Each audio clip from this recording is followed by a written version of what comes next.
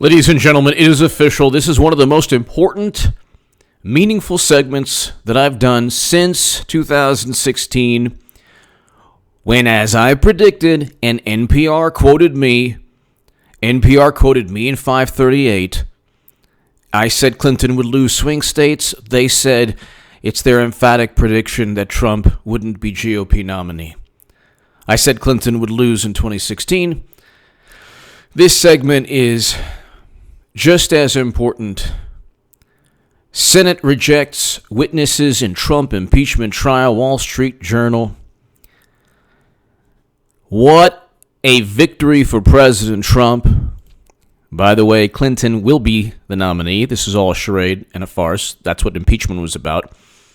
Senate rejects witnesses in Trump impeachment trial. Republican majority by a 51-49 vote keeps new evidence from being introduced. Now, there doesn't need to be any evidence. There's no need for evidence to be introduced when he hasn't even committed a crime. He hasn't even committed a crime. 3 years, 1 year with Strzok, McCabe, Comey, Clapper, Brennan, Steele Dossier, Alexander Downer, Joseph Mifsud. By the way, have you ever seen a No Malarkey shirt? Okay, No Malarkey. I bought one, so that's the first time you've ever seen one. The whole thing's a charade. You think Biden really wants to run? Yeah, right. Clinton will be nominee one way or another. She will lose again to Trump. But anyway, Senate Republicans reject Democrats' demand to call witnesses and documents in President Trump's impeachment trial, clearing the way for an acquittal on the articles of impeachment. And the 51-49 vote late Friday afternoon represented a major victory for Republican leadership, which has sought to complete the trial as quickly as possible and avoid testimony that could be politically damaging.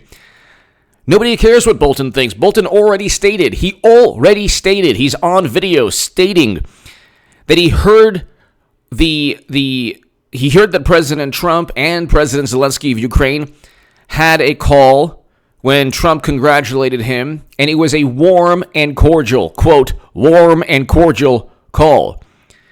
It wasn't some kind of nefarious call where he was worried about the No Malarkey bus tour. He was worried about Biden. Yeah, that's the ticket. Trump was worried about Biden because Biden's Trump's direct political rival. His name is not Joe Biden anymore. His name is Trump's direct political rival. Democrats always create their own fantasies. Democratic reality is simply a fantasy where everything in life revolves around their chances of winning in an election. So they spent 3 years, 1 year, setting up and framing Trump with a Steele dossier, then the Comey memos, which were nonsense. Then you had a Mueller probe special counsel, 30-plus indictments. You had, the Trump Jr. meeting. Why isn't the Trump Jr. meeting in the articles of impeachment? Huh? Why? I thought that Trump Jr., with Putin's blessing, wanted to get Clinton's emails. Her deleted emails that were about yoga, not classified info, they're about yoga. But I thought that all of this pointed to corruption, bottomless, oh my God. They didn't even include anything to do with it. They included nothing to do with the Mueller probe within the articles of impeachment. That and the fact that the articles of impeachment weren't even about a crime. The articles of impeachment were not about a crime. That's important, ladies and gentlemen. How do you remove a president when you don't even have the audacity or the evidence that a crime was committed? Then they say, well, you can impeach the president for just wrongdoing. It doesn't have to be a crime. Well, actually, maybe theoretically it doesn't, but in reality it does. We have record low unemployment, record low Black and Latino unemployment. The unemployment rate for Hispanic and Latino men is below the national average. Democrats are petrified. They're the ones who keep saying, we're going to protect, all diversity and people and other. people of all backgrounds are doing great under Trump's economy. You had the First Step Back, but also you have Trump's, compared to mass incarceration under the Clintons, but you have an economy where there's over 6 million jobs created in 3 years. You had 5 million people lifted out of poverty. 5 million people being lifted out of poverty in 3 years of President Trump. 5 million people lifted out of poverty. 6 million jobs created. Record highs in the stock market. Record lows in unemployment. 300,000 plus to 400,000 manufacturing jobs created. In 8 years under President Obama, 303,000 lost manufacturing jobs. You can look at household median income up. You could look at the unemployment rate for people 25 and older without a college degree, only high school diploma. It's at a record low. There was even a time, you can look at the St. Louis Fed charts. They're amazing. Where the share of the 1% during President Trump's economy, it was like last year, what hit below where it was in 2016 when President Obama left office. We can go on forever. You cannot impeach or remove somebody from office when the economy is when there's a brilliant economy. Foreign policy is infinitely better. President Obama destroyed Libya. He destroyed a country in Libya. President Trump, first president to step foot in North Korea and begin détente between North and South Korea. President Moon Jae-in stated that he deserved the Nobel Peace Prize. Democrats say, well, no, he wanted to interfere in the election. The Bidens both deserved to be investigated. You cannot be in charge of corruption, weeding out corruption in Ukraine when your son is on the board of directors of a corrupt energy corporation. And Democrats say, well, there's not a shred of evidence, but there's a lot of suspicion. And there's a lot of conflict of interest, so much so that President Obama's administration gave Marie Yovanovitch talking points as to how to deal with anyone who wanted to,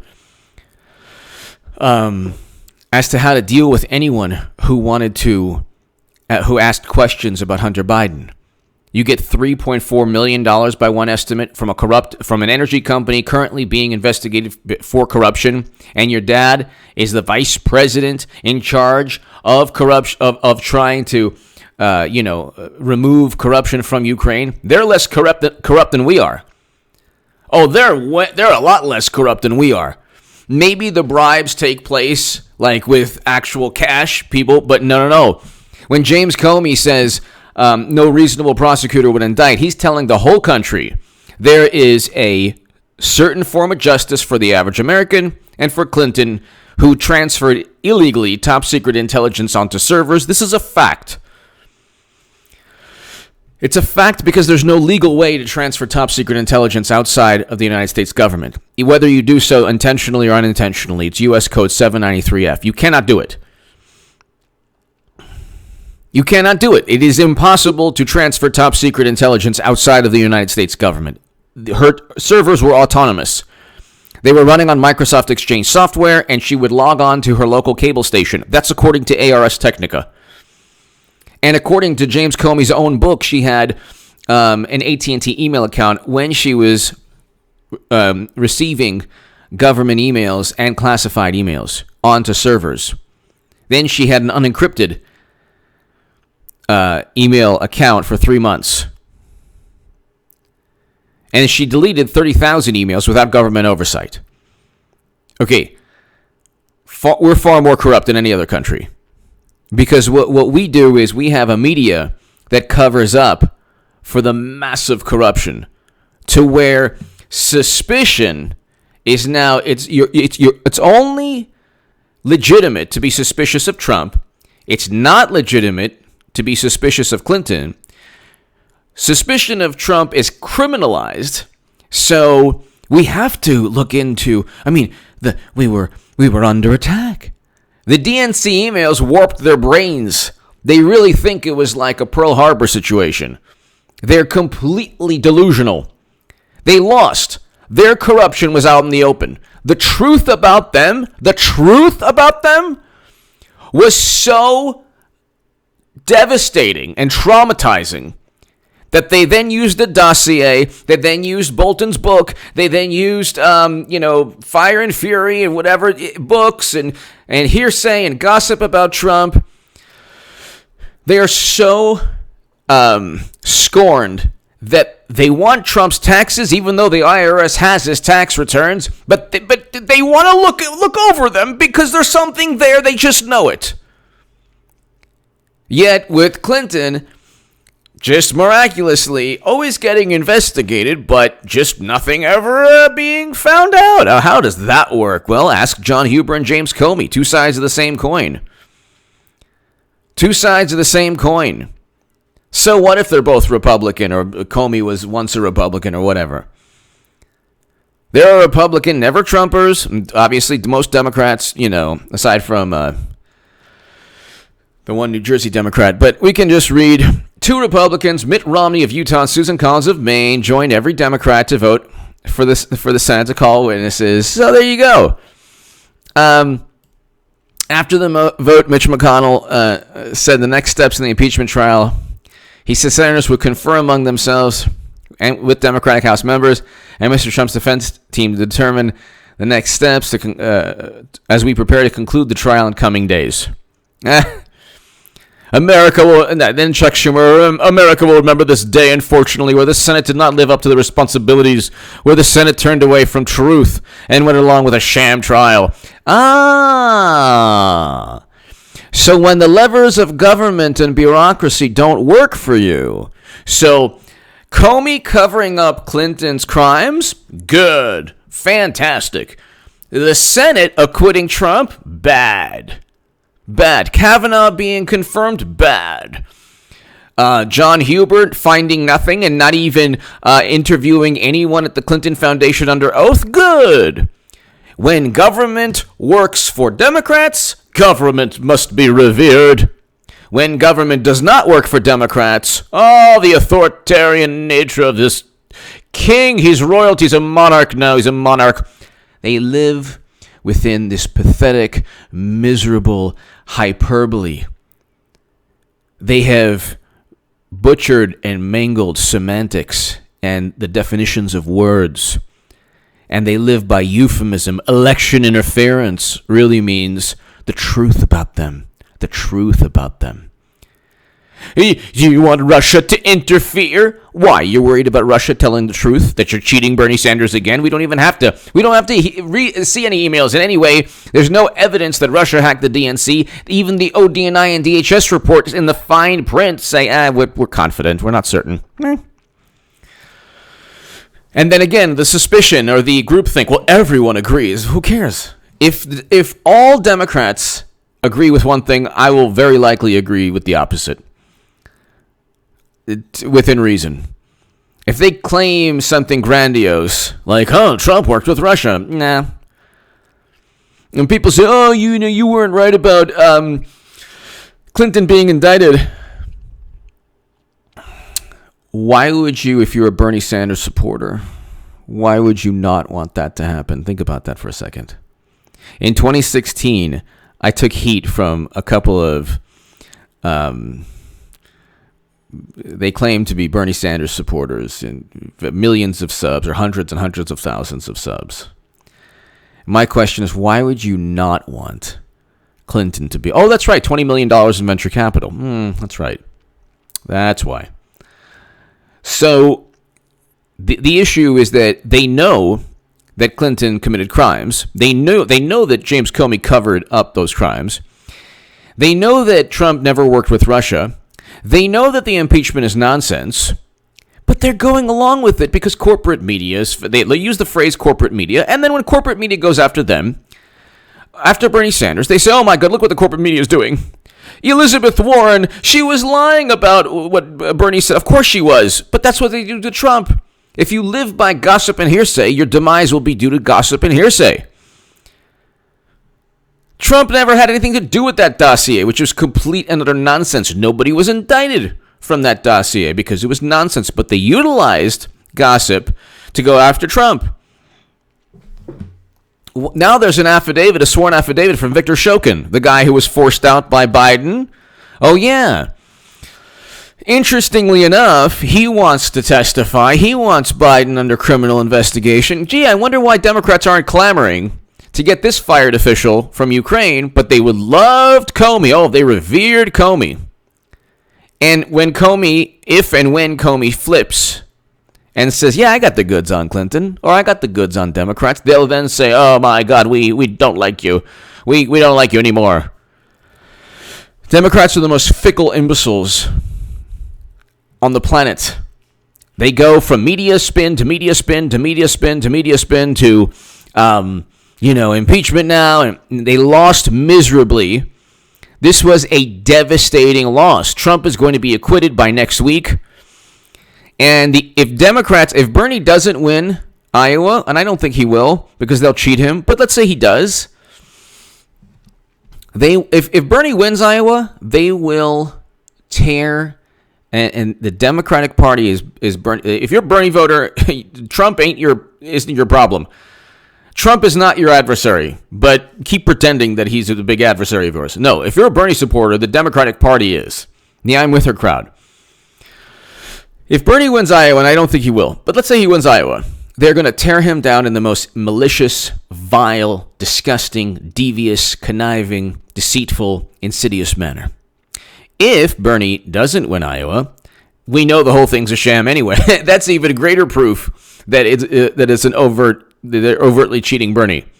Okay? The Rules Committee is now all Clinton loyalists. The whole thing's a political machine. Bloomberg is now number 3 in the polls. There are more people with the No Malarkey shirt than Bloomberg. I don't even know what Bloomberg stands. Bloomberg, we're going to help you out? I don't know. Well, what's the slogan for Bloomberg? Anyway, check out my, if Bernie doesn't win Iowa, they will have cheated him. They're cheating him no matter what. But if he actually manages to win, which I don't think he will, they'll try to destroy his campaign one way or another because they're cheating him constantly and they're installing Clinton again. They will lose with Clinton again versus Trump. It won't matter because she'll run in 2024. They don't have a political party. It's a machine.